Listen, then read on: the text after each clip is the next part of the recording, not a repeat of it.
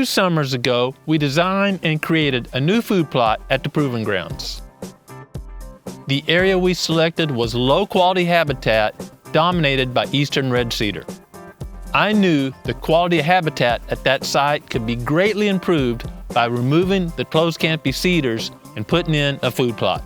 The interns that summer and I walked the area, figured out exactly the boundaries of the food plot, and then flagged it. A few weeks later, my good friends David and Britton moved their equipment in and started clearing the area. They harvested the big cedars and sold them and pushed the rest in piles to burn. Once the piles burned as much as they would, they buried the stumps on site. I was very excited about this project. That corner of the proving grounds didn't have any food plots, and a source of quality forage would be a huge addition. We finished preparing the plot just in time to plant Eagle Seed's Fall Buffalo Blend. The following spring, we used herbicide to terminate it rather than the crimper. Because we disturbed the soil a lot, there were several weeds in the area. When the conditions were right, we loaded the Genesis drill with Eagle Seed Forage soybeans and started planting. The beans were absolutely the best forage in the area, and they were heavily browsed. Late that summer, we once again planted the plot with Eagle Seed's Fall Buffalo Blend and had several good hunts there.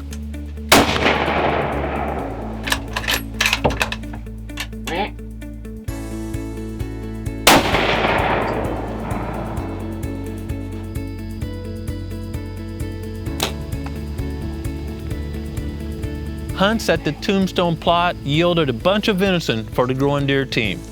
But now that it's postseason, I returned to the plot to see how the forage is doing.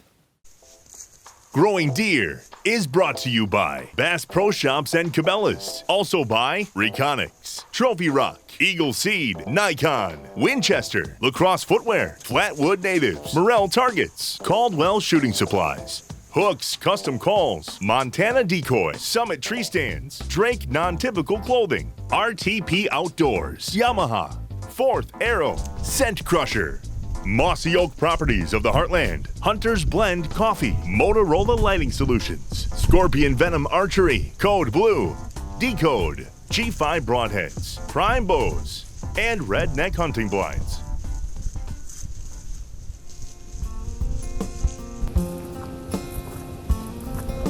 I'm in a food plot we created almost 2 years ago we call Tombstone, and we've been using the Buffalo system exclusively in this plot. One of the things I wanted to try when we created this plot was not using any fertilizer. Now this is different than plots we've had in the past and grown a lot of vegetation, let it die, decompose. This was all covered with cedars. I wanted to see what happened when we took raw land that was covered with cedars and started planting.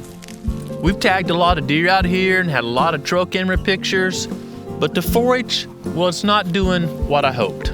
I planted the Fall Buffalo Blend here, and it's doing great, it's germinated, but there's not enough nutrients in the soil for it to express its full potential. There's scat and browse all around, but the forage isn't as tall as other plots where we've had the Buffalo system for several years. We'll do some soil tests when it dries out a bit, but I can assure you we're not building enough organic matter by looking at the crops. Organic matter in the soil is critical for holding both water and nutrients. And without that organic matter to hold nutrients, when these plants decompose, those nutrients could leach way too deep for the next crop of plants to take them up.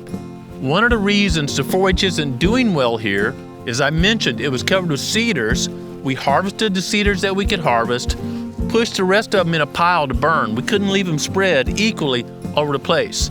Those cedars had been collecting nutrients for 20, 30, 40 years. We pushed a lot of nutrients into piles when we pushed the cedar tops in and burned them. We needed to so we could plant.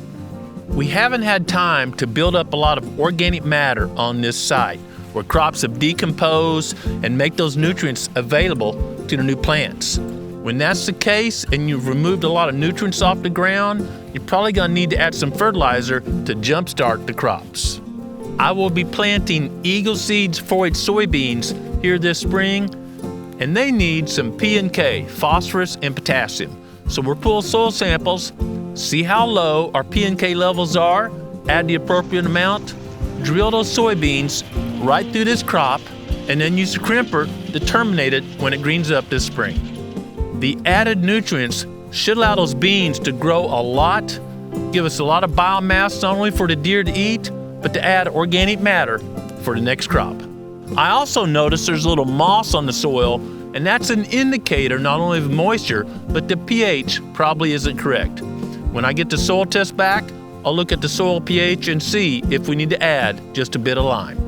We know from other projects here at the Proving Grounds, once we get the buffalo system going, it will maintain itself. We just got to jumpstart this area because it was timbered and we pushed all the nutrients in the burn piles.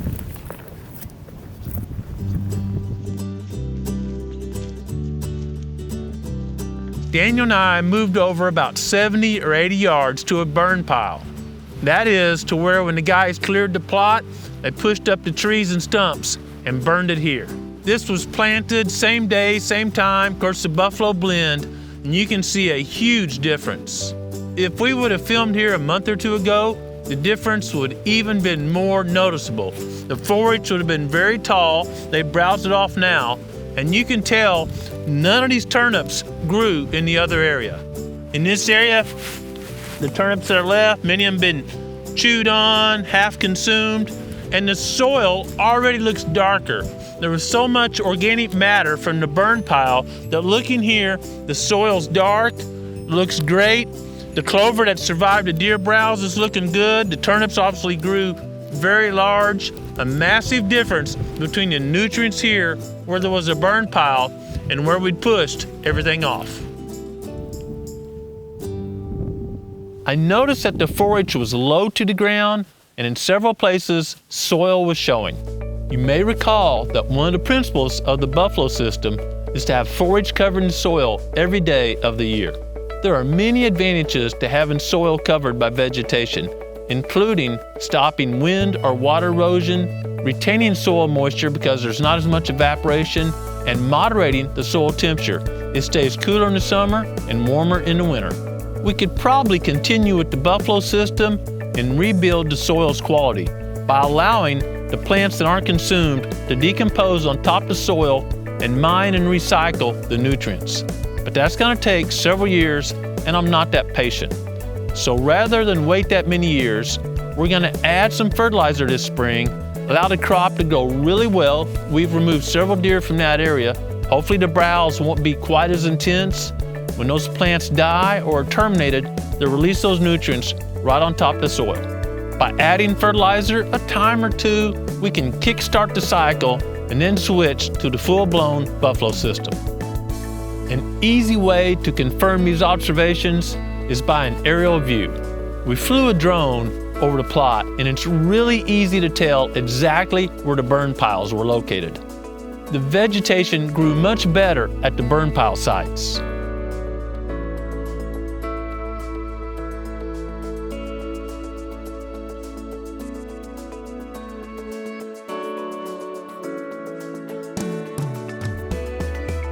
If you are considering building a food plot where it's recently been timbered, I would suggest taking a soil test and adding the appropriate nutrients. The same is true if you're thinking about adding a food plot where there's been a hay field. When hay is removed year after year, you're taking nutrients off that site and giving it to cattle or horses somewhere else. I've been using and refining the buffalo system for more than 15 years here at the Proving Grounds. I've never owned a disc since I've owned this property. Through the years, I've refined what I plant, when I plant, and how I terminate those crops. I'm super pleased with the improvements we've made and the crops that we're growing where that system's been implemented for a number of years. After Daniel and I were finished in Tombstone, we drove by a plot we call Crabapple. It's one of the first plots I created here at the Proving Grounds, and we thought it'd be neat to compare what the forage is there versus Tombstone. Daniel and I moved over to a plot we call Crabapple. It started much like Tombstone. I had to doze out a bunch of locust trees that were here. After we cleared out the locust trees, I've never disked it. It's been no-till ever since. For a few years, I used a product called Antler Dirt, which is composted poultry litter. However, the supplier shut down many years ago, and this field has had no fertilizer or lime for 6 years. I gotta tell you, with no fertilizer, no lime, this field looks great. The forage is very productive and all the species are doing well. This field was planted at almost the same time and with the same blend, Eagle Seeds Fall Buffalo blend, as Tombstone. We got cereal grains, brassicas, annual clover. They're all performing extremely well. The difference is, over the years of the Buffalo system, we've built very high quality soil here, allowing the plants to express their full potential. This blend was designed to feed deer from early fall when it's planted all the way to spring green up.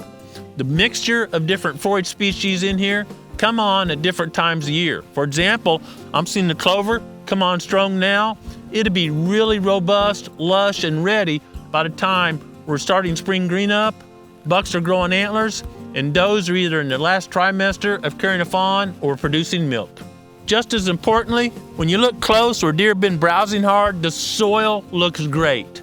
Remember, this started out as a gravel pile. We're on a side slope here, and through years of the Buffalo system, we've actually built topsoil, allowing plants to do better, and of course the deer that eat the plants to show more of their potential.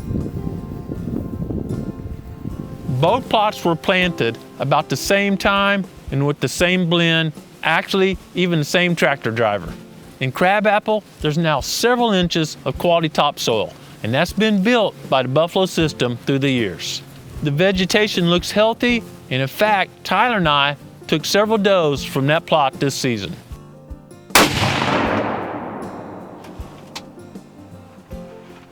Ready? Yep.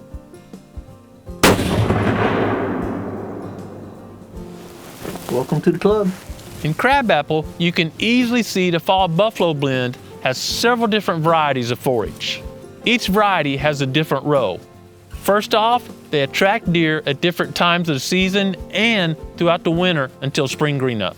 Each forage variety has a slightly different nutrient need, and that means their root systems are extracting different nutrients from the soil profile.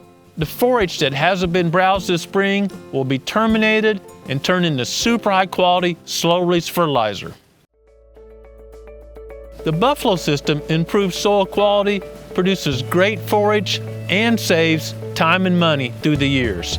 I'll be sharing more specific techniques about the Buffalo system closer to planting season. I'm going to be assisting a landowner in northern Missouri tomorrow. It's a different habitat than here at the Proving Grounds, and also different weather. The forecast is for wind chills about 20 degrees or colder. If you'd like to learn more about the Buffalo system, please give us a thumbs up and subscribe to the Growing Deer channel. Even though the conditions will be tough, it'll be a great time to get outside and enjoy creation. And that's what I hope you do. Take time to get outside and enjoy creation, and more importantly, take time every day to slow down, be quiet, and listen to what the Creator is saying to you. Thanks for watching Growing Deer.